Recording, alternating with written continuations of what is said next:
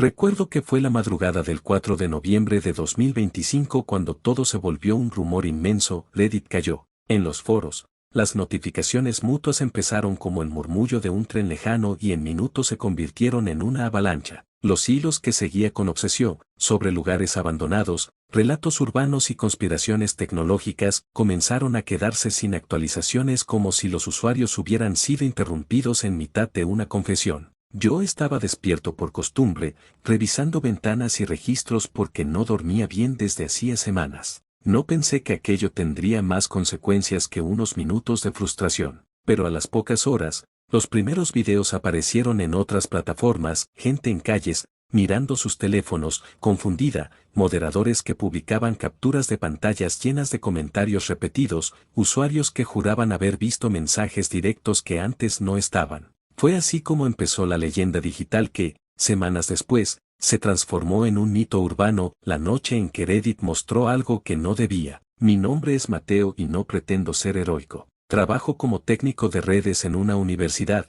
así que por trabajo y por hábito curiosé los registros de tráfico. Aquella mañana me obligué a tomar café y mirar logs que nadie debería poder entender a simple vista. Entre miles de peticiones rechazadas apareció un patrón extraño, cadenas de texto cifrado que se repetían con ligeras variaciones. No tenían formato conocido, parecían fragmentos de frases en inglés y en español, mezcladas con coordenadas truncas y fechas mal formateadas. A la primera lectura todo parecía ruido. A la tercera, ya olía a mensaje. La frase que más se repitió era inofensiva y, sin embargo, inquietante en su persistencia, come back home. Aparecía en comentarios viejos que nadie recordaba, en PMS que la gente decía no haber recibido, en títulos resucitados de hilos antiguos. Y casi siempre, a su lado, una letra mayúscula. Al principio creí que era una broma colectiva, un experimento social para medir la viralidad de una frase, pero la frase aparecía acompañada de coordenadas,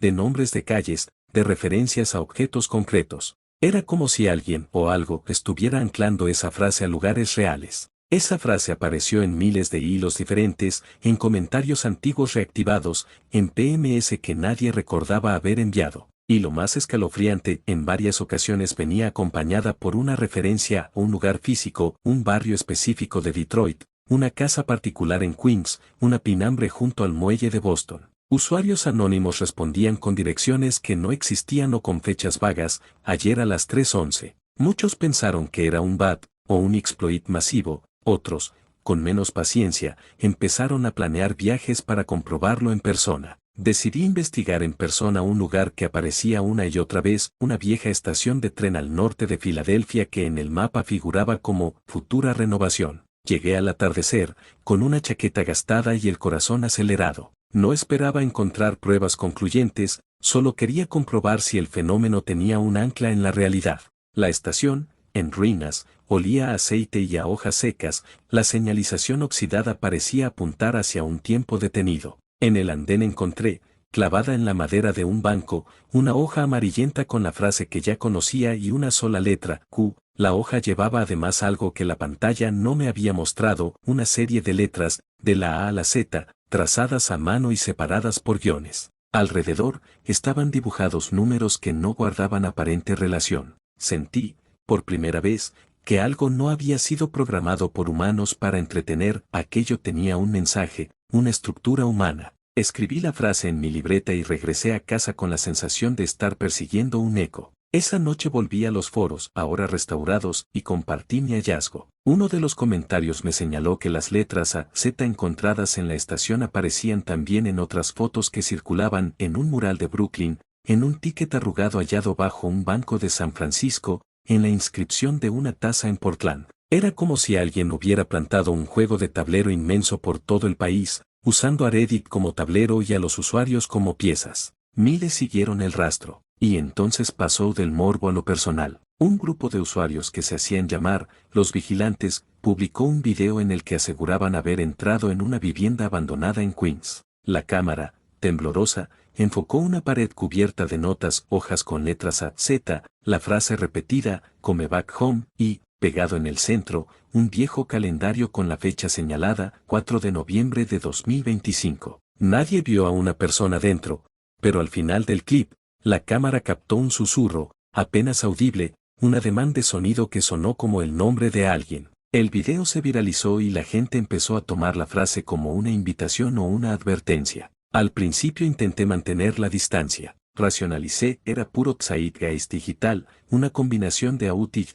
bots y ganas humanas de pertenecer a una narrativa grande. Pero la compulsión fue más fuerte. Empecé a ordenar las coordenadas que había acumulado. En una sorprendente coincidencia, varias de las ubicaciones marcadas tenían algo en común. En su historia reciente, alguna familia había reportado desapariciones o pérdidas entre 2019 y 2023. No puedo decir que hubiera una causalidad clara, pero el patrón me pegó al estómago. La policía, por su parte, negó cualquier relación oficial con las anotaciones. No encontramos evidencia de actividad delictiva vinculada a publicaciones en redes, dijeron en un comunicado. Sin embargo, en foros cerrados comenzaron a filtrarse documentos e informes que sugerían que varias dependencias habían recibido llamadas anónimas la semana previa al 4 de noviembre. La combinación entre la versión oficial y las filtraciones alimentó la paranoia. ¿Había una operación coordinada para enviar un mensaje que cruzara lo digital y lo físico? ¿Quién hacía ese mapa y por qué? Una madrugada,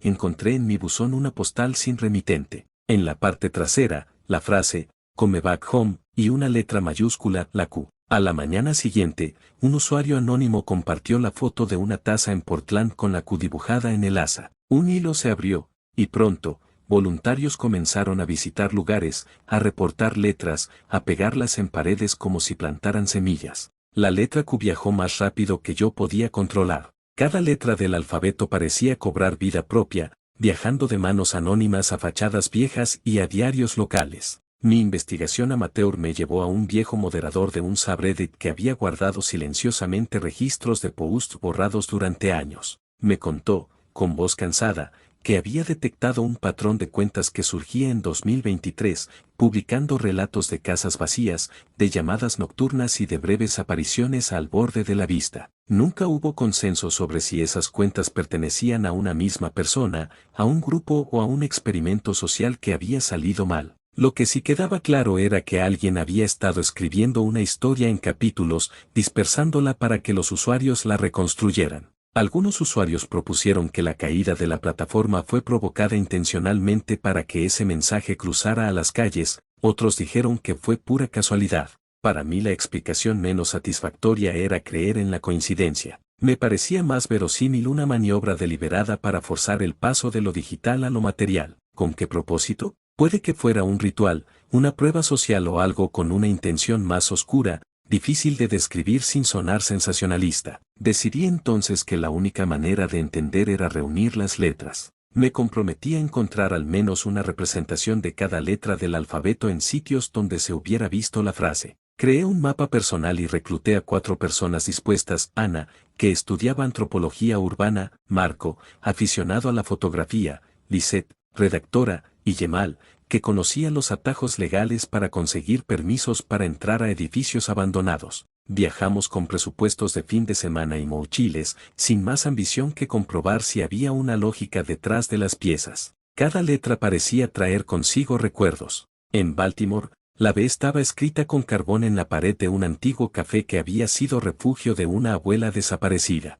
En Kansas City, la K estaba tallada en la mesa donde un grupo de adolescentes recordaba a un amigo que ya no volvería. No era coincidencia. La relación entre las letras y las pérdidas humanas se volvía más difícil de ignorar. Eran símbolos de memoria, liturgias improvisadas que alguien convertía en un mapa de regreso o en un mapa de reproche. Una noche, mientras escribíamos notas en un hostal barato, recibí un mensaje en Reddit de una cuenta verificada: "No busques más. Ellos no quieren ser encontrados". Venía sin firma y con un archivo adjunto, una fotografía borrosa de una sala con un montón de papeles y, clavada en el centro, la A recortada en cartón. La foto tenía una marca de fecha: 3 de noviembre de 2025. Mi pulso se aceleró. ¿Quién le enviaba aquello y con qué intención? Sentí, por primera vez, que ya no estaba documentando, sino participando. El día que completamos las 20 primeras letras, algo cambió. Las publicaciones que relataban nuestras expediciones aumentaron la atención mediática, reportajes locales recogieron la historia y, de repente, nos convertimos en protagonistas involuntarios. Gente venía a ver las letras, ofrecían versiones de lo que pasaba, aparecieron teorías que mezclaban arte performático y rituales urbanos. Recibimos amenazas anónimas y cartas de agradecimiento. Todo el país parecía tener una opinión, menos quienes habían perdido a alguien y ahora veían sus ausencias reflejadas en signos dispersos. Al cabo de unas semanas, mientras las AZ aparecían en más ciudades y la historia se volvía internacional, alguien subió a la red un archivo, un documento de texto con cadenas codificadas y una línea inicial que decía, si quieres entender, cuenta las letras. Algunos interpretaron eso como un reto, otros, como una instrucción. Yo lo tomé como la única pista tangible que me quedaba. Empecé entonces a contar cuántas A, cuántas B, cuántas enumeré fotografías, catalogué tamaños, anoté materiales. No era una cifra académica, era un ritual de comprobación. Hoy, me siento frente a la misma estación del norte de Filadelfia donde todo comenzó. Las hojas crujientes se amontonan en el andén y alguien más ha dejado otra nota, come back home. A su lado, una escrita en tinta negra. La gente pasa y casi nadie mira. Para los curiosos digitales, todo fue un evento, un trending, una anécdota viral. Para otros, para las familias que aún esperan, las letras son un recordatorio punzante de ausencias concretas. No sé si alguna vez conoceré al autor o al grupo que empezó a plantar letras por todo el país. Tampoco sé si su propósito fue reconciliar, provocar o recordar. Lo único que sé es que, aquella madrugada en noviembre, cuando Reddit falló y las palabras saltaron a la vida física, algo en nosotros cambió, aprendimos que las palabras pueden ser puentes y trampas a la vez. Y aprendí, por obligación y por culpa, que los mapas no siempre sirven para encontrar ciudades, a veces sirven para encontrar personas que ya no regresarán.